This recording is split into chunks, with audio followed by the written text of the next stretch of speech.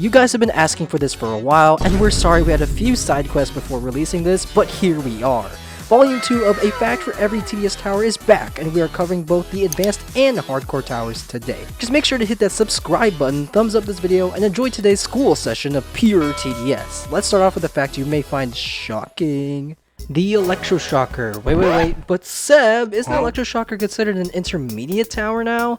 Yes, viewer, but the script was written before you were born. So deal with it. Anyway, it was very meticulously created to reference historical figures like Nikola Tesla. The Tesla tower that was in the original model of the Electroshocker was a nod to the Warden Cliff Tower in Shoreham, Long Island, New York, created by Mr. Tesla himself. Developers were definitely history buffs back in their day, so they'd also likely be familiar with the Commander, because they're the ones controlling the battlefield, aren't they? Well, Commander doesn't just speed up fire rate, because did you know that it used to speed up vehicle production pre-overhaul update? Well, Commander didn't really do that, but when a military base was in range, it would speed up the spawn rate of Humvees. Insane stuff, I know. Commander should be behind bars for how OP he is, which is why the Warden, the master of the prison, is here. Warden was the 4th melee tower to be added to the game, but that's not the main fact. Amongst those 4, it was the first melee tower that was not unlocked through an event, second in line being Brawler. Warden was obtained through playing Pizza Party, which is not an event. But you may recall, there is another special game mode where you can unlock the Cowboy, the protector of the Wild West. You've likely heard a lot about this guy across our channel. If you haven't, make sure to check our videos out, which is why we wanted to attribute this to Cowboy. It is the only damage classified tower that also generates economy by gifting cash every 6th shot, which is why we call it a hybrid tower. Anyway, with the Cowboy's money, you could go to a party, so the DJ booth is next up on the track. Get the reference? Anyway, a lot of towers bug in TDS, but have you heard of the sound effect bug? If not, it's because DJ Booth was the only one that we could find that had a sound effect bug specifically on this day with this specific skin where it could play The Only Thing They Fear Is You from Doom Eternal, which was an absolute fluke. That one does and doesn't shock me, but what will shock me is the Tesla. Wow, what a surprise. We're gonna give people literal heart attacks due to shock since we have 2 electric towers in today's video. Anyway, there were 3 cool facts that I found, but I ended up picking this one. It is a claim that the Tesla tower might have been inspired by earlier versions of Electroshocker during the time it used a Tesla gun during later levels. What a shocker. Okay, I had to, right? But anyway, the evidence comes in from the trailer of the Tesla tower itself, where the operator turns on the machine whilst engineer says, and I quote, "It's been collecting dust for a while now," which is clear indication that this thing's old. That's kind of funny and ironic, knowing that Tesla tower didn't release for a few more months, so it was old in a sense. The developers just didn't want to release it so fast, which totally contradicts the Minigunner, notoriously known as one of the fastest shooting towers in the game. But something unbeknownst to many players, mainly because this existed only before August 2019, is the fact that Minigunner would rock a freaking jetpack at max level, but still functioned like a ground tower, which nowadays would be considered very odd, but whatever. Too bad it didn't have flying detection, kinda like how the Ranger has flying detection. It probably is no surprise that Ranger deals the single most damage per shot in TDS, sitting at a baseline of 1050 damage. Extra fun fact, if you could stack every damage buff on Ranger, it would then deal 2100 damage a shot with the 20% damage buffs from Mercenary Base, the DJ's Red Track, a damage flag, and the 40% damage buff from Medic's Ubercharge ability. It literally brings Ranger's damage to new heights, just like how the Pursuit is one of the actual few flying towers in TDS, and it revolutionized the game. Why? Because it was the first tower in TDS to have 2 upgrade paths, top and bottom, so we can thank Pursuit for bringing this amenity to TDS, like how Hacker followed in its steps. The tower even shoots with a Gatling Gun! Okay, maybe it's a minigun, but whatever, you get my point. Anyways, we're gonna rapid fire facts here. It was the first tower to be capable of both ground and cliff placement. It was the first tower that could be controlled by a player. It is the most expensive tower you can place, 250 more cash and turret. It is also the most expensive turret you can buy in the shop, beaten by the Golden Crate as the most expensive. And it is the king for most expensive total, level 1 and level 6 prices, which are all shown here. Oh, and did I mention it has the highest baseline single tower DPS? Yeah, I think we learned enough. Let's go to what is basically its little sibling, the turret. But we all know turret came first, so it's not exactly the little sibling.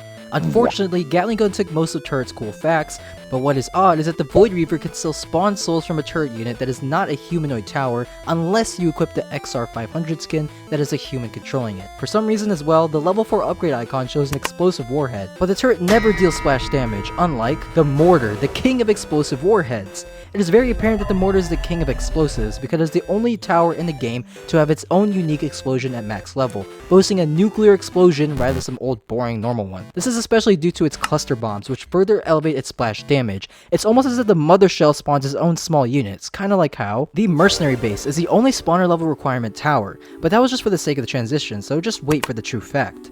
Although, it does have something to do with the units. You have to realize that riot guards are tanking more health than they should be capable of? Well, assuming field medics aren't present, Mercenary Base was the first spawner tower to apply percent defense to its units, getting as high as 15% at level 6 on riot guards. Pretty hardcore stuff. See what I did there? Ah, and would you look at that? This section is rather small, but they're still towers, so we're just gonna speed through them. Might as well start off with a rapid firing tower like the Accelerator, the first ever gem tower to exist in TDS, so props to Accelerator for accelerating TDS's progression. I'm gonna leave now. Just kidding, you still need a good fact. You'd probably think I was crazy if I were to say that Hacker wouldn't have actually been the first tower to have had drones, because it would have been Accelerator. And you likely didn't know that Accelerator was supposed to be a reward tower upon triumphing Polluted Wastelands 1. Well, I guess Accelerator would have needed the Engineer to build its drones, because we all know Engineer is the genius mechanic. Well, for such a hefty job, a tower would need a ton of levels, which is why Engineer was the first tower to have 6 upgrade levels, but that's not all. See, the Engineer spawns sentries through collecting scraps, which is also a tower first, however. Did you know that it was also the first tower to have 3 range rings? Yeah, crazy, am I right? On the other hand, the Brawler wouldn't be the man he is today without his sister Engineer, which is also a fact, by the way. Would you look at that? Anyway, he's got all sorts of facts, one of them being related to how he was teased being the reposition ability, as he was the first tower to be able to cover the entire map. The lore even runs deeper. In this map, we found that Brawler trains with Assassin, which makes sense. Poor dudes got corrupted. Perhaps they'd need the Necromancer to bring them back to their normal state. 2 things. 1, it was the first non-hardcore tower to be obtainable for gems. Pretty cool stuff.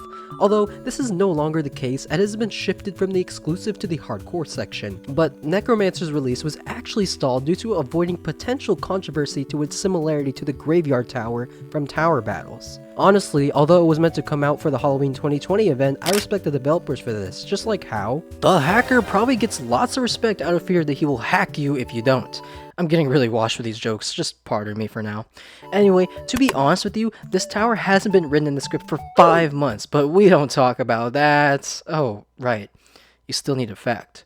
Well, it'd be pretty boring to come up here and just talk about how it's the most expensive gem tower, so we obviously came up with something a little more enticing. It depends on how knowledgeable you are in terms of computer parts and if you actually pay attention during your rounds. The 4th upgrade of Hackers, called 5th Gen i9-3260590327. Yes, I had to say the whole string of numbers. What's important about it is its clear allusion to Intel's i9 5th generation CPU, obviously making that connection between hacker and computer stuff, but that's not all. Does that string of numbers seem familiar to you? Again, if you have careful eyes, then it should, because that string of numbers is actually the place ID of the Roblox Tower Defense Simulator itself. We honestly gotta tip our hats to Paradoxum for that name design, because I'd never think I'd be sitting here briefly analyzing a tower's name for a video. But, in the same way I respect Paradoxum, we heavily respect you for watching till the end. We hope you really enjoyed today's edition of A Fact for Every TDS Tower series. It was fun making Volume 2. Comment down below which one was your favorite, and if you have any other extra facts, we want to see those too. Have a wonderful day. See ya in the last but not least, Volume 3.